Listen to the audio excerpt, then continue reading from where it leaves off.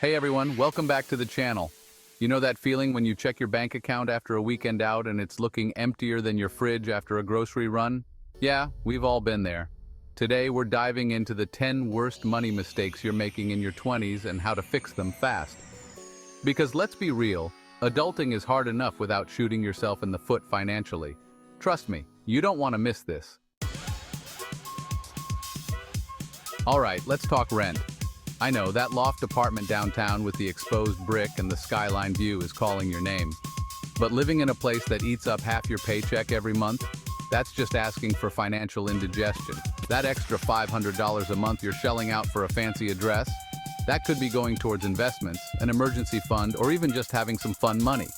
Consider getting roommates. Split the cost, share the laughs, maybe even snag a free parking spot. Or explore up-and-coming neighborhoods. They're often way more affordable and have way more character than those cookie-cutter luxury buildings anyway. So ditch the overpriced digs and find a place that lets you live comfortably while still hitting your financial goals. Let's talk about the elephant in the room: student loans. It's tempting to just shove those bills under the rug and pretend they don't exist. But guess what? They're like that persistent ex who just won't take a hint. They're not going anywhere. Ignoring your student loans is like playing a game of financial hot potato. Eventually the music stops and you're left holding a very expensive, very hot potato. You could be hit with late fees, damaged credit, and even wage garnishment. So what do? First off, know what you owe. Log into your accounts, check your balances, and understand the terms of each loan. Then, create a plan of attack. Look into income-driven repayment plans. Consider refinancing for a lower interest rate, or even explore loan forgiveness programs if you qualify. The key here is to be proactive. All right, let's talk about something everyone needs but nobody wants to think about: emergencies. Car breaking down, unexpected medical bill, your phone taking a swan dive into the toilet. Life throws curveballs, and when it does, you need to be prepared. That's where the emergency fund comes in, your financial safety net. It's not about getting rich quick. It's about having peace of mind, knowing that when life throws you a curveball, you can handle it without going into debt. So, how do you build an emergency fund? Start small. Even setting aside $50 or $100 a month adds up over time. Ideally, you want to aim for 3 to 6 months worth of living expenses in your emergency fund. Remember, life happens. But with an emergency fund, you can face those unexpected events with confidence. Chapter 4. Credit cards. Friend or foe? Credit cards. Those seductive little pieces of plastic that promise a world of possibilities, but also come with a hefty price tag if you're not careful. Look, I'm not here to demonize credit cards. Used responsibly, they can be a great tool for building credit, earning rewards, and even providing some financial flexibility. But, and this is a big but, you gotta use them strategically, not emotionally. The problem is, credit cards make it way too easy to spend money you don't actually have. So, how do you avoid the credit card trap? First off, only spend what you can afford to pay back in full every month. Credit card interest rates are no joke, and carrying a balance can quickly snowball into a mountain of debt. Treat your credit card like a debit card. Ask yourself, if I had to pay for this in cash right now, would I still buy it? If the answer is no, put it back. Remember, credit cards are a tool, not a crutch.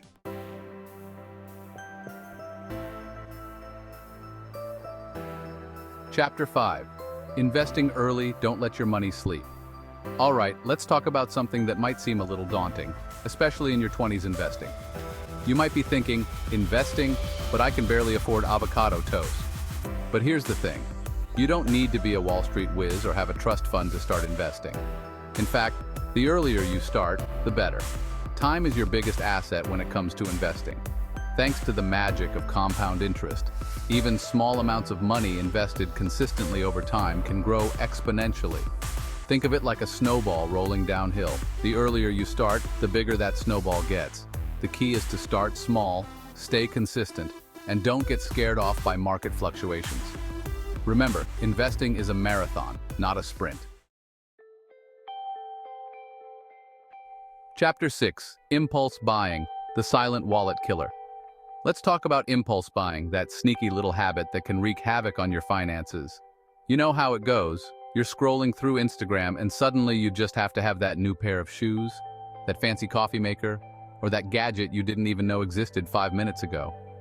We all fall victim to impulse buys sometimes, but the key is to be mindful of your spending habits and develop strategies to curb those impulsive urges. Because those small, seemingly insignificant purchases, they add up, fast. So how do you combat impulse buying? First, implement the 24-hour rule. If you see something you want, wait 24 hours before buying it. Chances are, after a day, that burning desire will have fizzled out, and you'll realize you didn't really need it anyway. Remember, every dollar you save by resisting impulse buys is a dollar you can put towards your financial goals. Chapter 7. Budgeting, your financial GPS. All right, let's talk about everyone's favorite topic, budgeting. I know, the word budget probably makes you want to curl up in a ball and hide under the covers. But trust me, budgeting doesn't have to be scary or restrictive. Think of your budget as your financial GPS. It helps you track where your money is going and make sure you're on track to reach your financial destination. Without a budget, it's like driving with your eyes closed.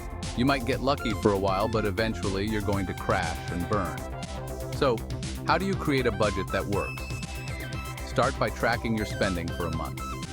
Once you have a clear picture of your spending habits, you can start setting realistic goals and making adjustments.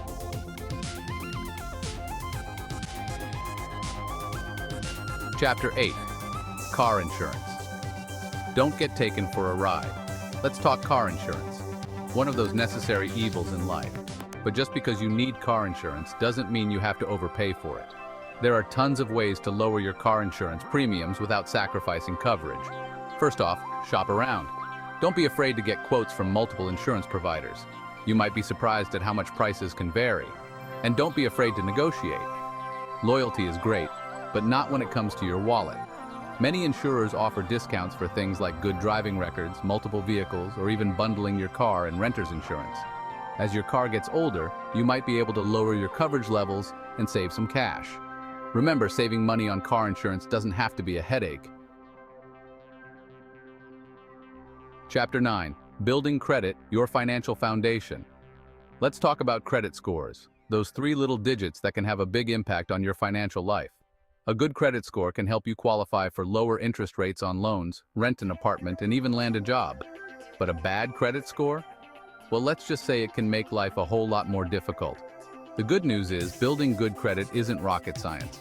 Start by getting a credit card and using it responsibly. Pay your bills on time every time and keep your credit utilization low. The key is to establish a positive credit history, and that takes time and consistency. Chapter 10. Retirement. It's closer than you think.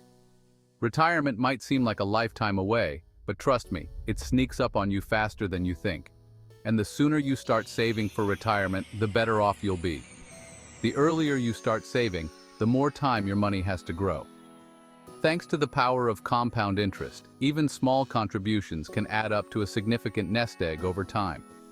If your employer offers a 401k or 403(b) plan, contribute enough to get the full employer match.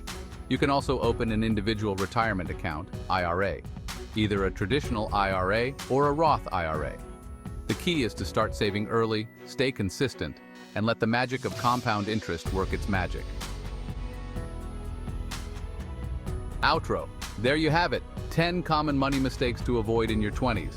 Remember, managing your finances doesn't have to be overwhelming. By making smart choices and avoiding these common pitfalls, you can set yourself up for a bright financial future. Thanks for watching. If you found this video helpful, make sure to hit that like button and subscribe for more tips on how to manage your money like a pro. See you in the next one.